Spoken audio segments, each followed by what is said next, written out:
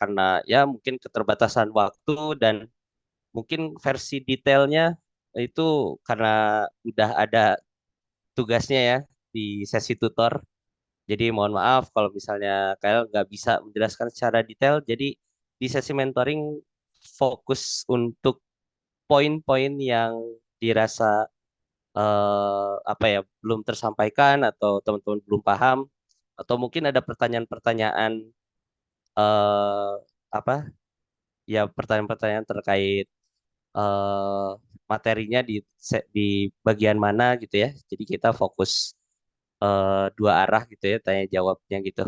Kalau teman-teman perlu penjelasan detail lagi, mungkin bisa nonton lagi aja ya rekaman yang disampaikan oleh tutor. Nah, pasti oleh tutor nih, oleh Kak Ale udah dijelaskan lebih detail lagi ya. Nah, untuk di sesi mentoring kita fokus untuk tanya jawab aja. Seperti itu, Nabila Aufa, saya sudah mengumpulkan tugas dari sesi 2 dan 6 ya. Sampai tugas dari sesi 2 dan 6. Oke, nanti saya cek lagi ya. Mungkin ya nanti saya cek lagi. Rizky Novriandi juga sesi 2 3 udah mengumpulkan. Oke, nanti saya cek lagi ya untuk Nabila sama Rizky. Terima kasih banyak konfirmasinya. Teman-teman yang lain juga silakan kalau ada yang mau dikonfirm pengumpulan assignment-nya ya. Sip, sip, sip. Terima kasih. Oke, Torik ada yang mau disampaikan? Silakan. Kak, kemarin kan Ya. saya mengumpul tugas yang 6. Cuman Mm-mm. kemarin kalau nggak salah pas saya submit, saya baru ngecek di Discord ternyata yang 6-nya belum ditampilin di submit tugasnya. Eh, saya pikir kayak apa jangan-jangan ke submit yang kelima ya? Saya takutnya begitu Kak. Mhm. Yang 5 saya udah, yang 6 takutnya ke submit yang kelima Kak, atau ketimpa gitu. Oh, oke, oke, oke. Ya, Nah, pas waktu Kyle cek juga betul ya, ada beberapa gitu pas waktu ngelihat submitnya 6 tapi ternyata tugasnya yang 5 gitu atau kebalik gitu. Itu gak apa-apa nanti saya sesuaikan aja isi dari tugasnya ke form penilaiannya. Aman, aman. Gitu. Oke, oke. Aman ya, tarik. ya, makasih Kak. Sip. Oke. Oke, kita lanjut. Ini teman-teman di sesi 7 judulnya konsep digital di dunia elektronika sama Kale. Ini saya pakai slide yang batch kemarin. Mohon koreksi kalau ada yang berbeda gitu ya. Oke, kita lihat poin belajarnya teman-teman udah belajar konsep digital, gerbang logika digital, map Karnav, penyimpanan data digital.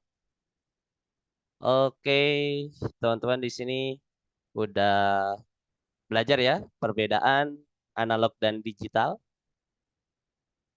Oke, intinya yang digital ini terkuantisasi ya, jadi hanya dua state aja, satu dan nol. Kalau yang analog itu tidak terkuantisasi, jadi dia selalu ada di setiap waktu, selalu ada nilainya. Oke, sistem digital adopsi dari binary system satu dan nol ya, dua state. Sistem bilangan biner seperti ini. Oke, ini desimalnya di sebelah kanan ini binernya ya. Jadi sekali lagi di sistem bilangan biner hanya dua state nol dan satu. Seperti itu. Kemudian sistem digital dalam perspektif analog. Oke, jadi dalam digital nol dan satu ya. Nah, interpretasi di dunia analog itu apa? Nah, nanti teman-teman eh, udah mengetahui ya, ada logic level, ada TTL dan CMOS. Nah, kita lihat nih, misal contoh di 5 volt TTL logic level, TTL ini transistor logic. Nah, jadi di sini ada range-nya nih ya. Jadi secara analog dia berupa tegangan ya, 0 sampai 5 volt. Nah, dia dikatakan high itu di range berapa, dikatakan low itu di range berapa gitu ya. Nah, di sini kita lihat di diagramnya ya, ada output sinyal sama input sinyal. Ketika high berapa range-nya, ketika low berapa. Kayak gitu. Jadi secara analog nih, misal 2,5 volt. Nah, 2,5 volt ini tuh dalam digital itu masuknya ke high atau ke low sih. Nah, kurang lebih seperti itu. Nah, nanti bisa dilihat di eh, keterangan di sini ya. Jadi ini 5 volt TTL logic level.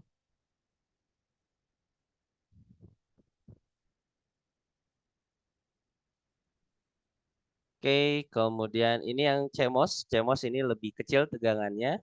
Nah, ini untuk beberapa chip yang concern ke power ya. Jadi menggunakan CMOS 3,3 volt. Sama bisa teman-teman lihat juga di sini range kalau misalnya CMOS seperti ini gitu ya. Jadi range-nya kalau misalnya untuk output dia range-nya di 2,4 volt sampai 3,3 volt ya. Untuk inputnya ini 2 volt.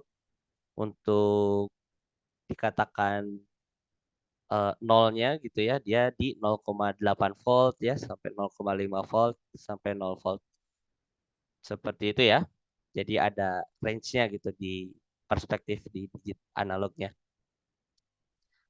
Seperti itu. Nah, teman-teman juga misal teman-teman pakai Arduino ya.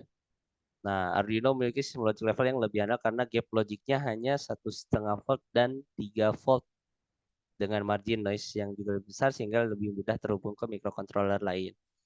Nah, ya, ini sama untuk ATmega 328 ya. Karakteristiknya eh ya dikatakan high itu 3 volt ke atas gitu ya, dikatakan low itu 1,5 volt ke bawah. Seperti itu. Kemudian teman-teman udah belajar gerbang logika ya, ada beberapa, ada not, and, or, SOR, NaN. Ya, kita lihat satu persatu. Ini ada gerbang not. Nah, gerbang not ini kebalikannya ya. Jadi kalau misalnya inputnya 0, itu outputnya 1, juga sebaliknya. Kalau inputnya 1, outputnya 0. Jadi kebalikan aja dari outputnya itu kebalikan dari inputnya. Oke, gerbang AND. Nah, ini ada dua input A dan B. Nah, outputnya kalau gerbang AND, cara ngapalinnya kalau gerbang AND, dia kedua inputnya harus satu ya, supaya outputnya satu gitu. Sisanya nol. Jadi gerbang AND semua inputnya harus satu untuk menghasilkan output satu. Gitu. Ada gerbang OR. Kalau gerbang OR dia bernilai satu kalau salah satunya bernilai satu.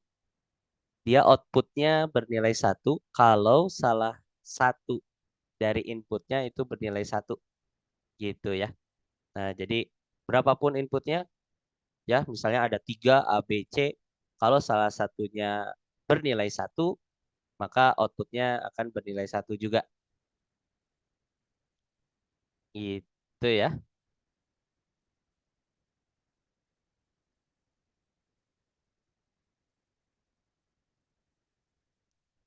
Oke. Kemudian ada gerbang XOR, SOR ya. Nah, lambangnya seperti ini. Dua input A dan B, kemudian ada output. Tabel kebenarannya kalau yang ini cara ngapalinnya, kalau nilai inputnya sama, dia bernilai 0 gitu. Kalau berbeda dia bernilai satu. Itu untuk gerbang XOR. Kalau gerbang NaN, nah ini gabungan dari gerbang NOT dan AND gitu ya. Jadi ini kayak gerbang AND aja, cuma nanti dibalik outputnya ya. Nah, tadi kan dia bernilai satu kalau kedua inputnya satu. Nah, kalau NaN dia kebalik. Kalau misalnya inputnya satu semua, nah kalau N doang kan outputnya satu ya. Nah, ini dibalik jadi nol, gitu. Sisanya satu. Oke, itu beberapa jenis gerbang logika. Oke, tadi siapa? Ria ya minta jelasin ulang di map Karnav. Oke, kita coba lihat ya materi di map Karnav. Bagaimana jika tersedia tabel kebenaran? Bagaimana tahu gerbang logikanya? Nah, ini kan eh kita udah tahu ya gerbang logikanya apa, tabel kebenarannya seperti apa. Nah, sekarang dibalik nih. Kalau misalnya tabelnya udah ada, nah gerbang logikanya seperti apa sih? Gitu ya. Nah, biasanya eh, campuran ya antara gerbang-gerbang logika tadi gitu. Kita coba lihat. Sorry. Oke. Nah, ini contoh sederhananya itu yang dua variabel ya. Apa? Dua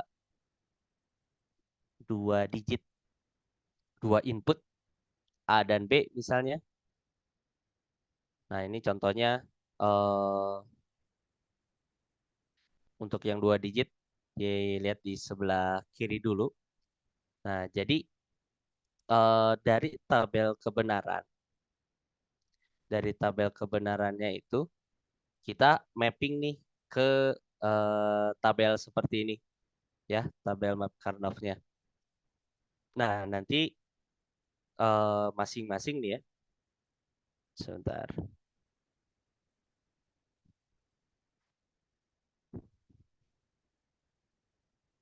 Oke. Nah, ini ya. Kalau nol ini A not, kalau satu ini A, ini di sebelah sini B-nya ya. Ini B not, ini B. Nah, nanti masing-masing titik ada fungsinya ya. Nah, kalau misalnya ini nol dan nol di sini, berarti kita tulis A not dan B not. Nah, kalau satu di sini A, B not dan seterusnya gitu ya. Karena ini masih simple dua input aja. Nah, kemudian ini ada sum of productnya. Jadi ini tinggal dijumlah aja ya dari fungsinya di setiap titik. Nah, yang A not B not yang ini ya. A not B not, kemudian A B not yang ini. Oke, intinya semuanya dijumlah kayak gitu. Nah, kalau udah ketemu fungsinya, baru nanti kita bisa gambarkan si gerbang logikanya ya.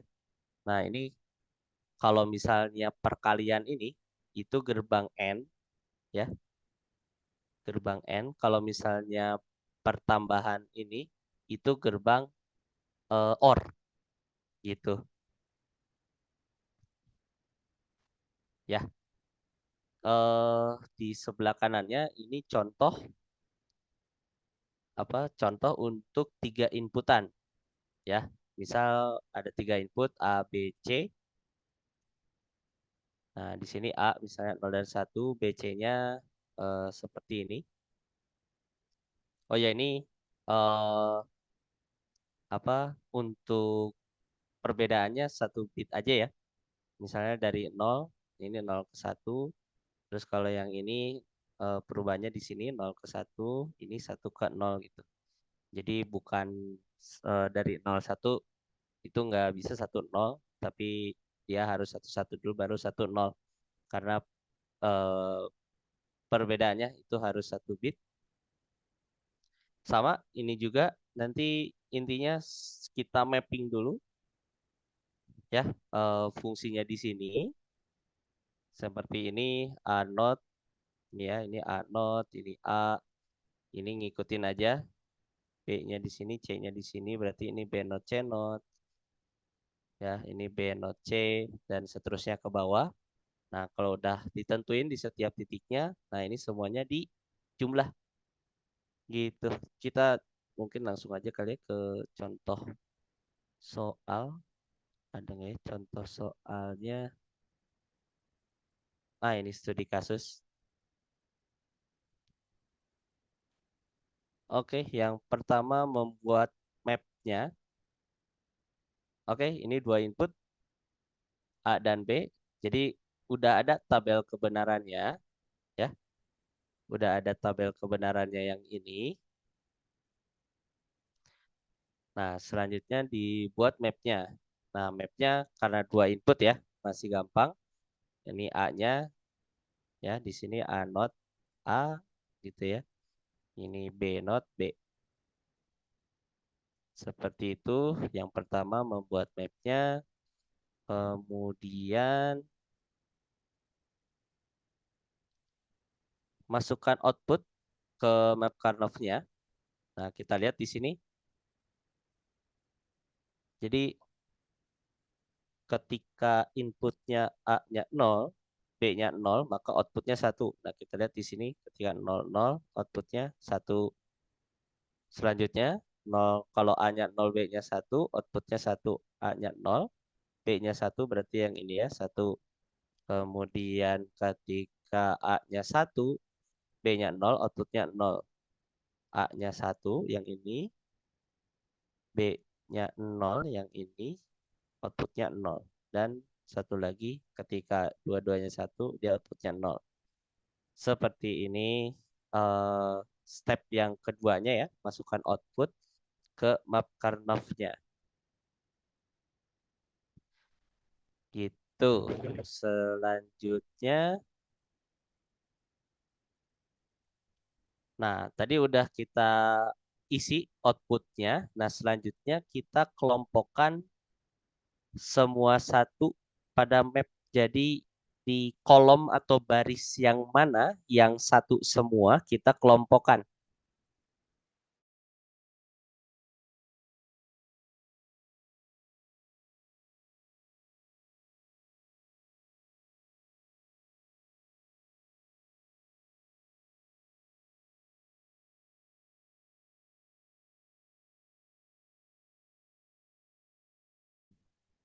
Yang ini, yang saya lingkarin pertama ini ya.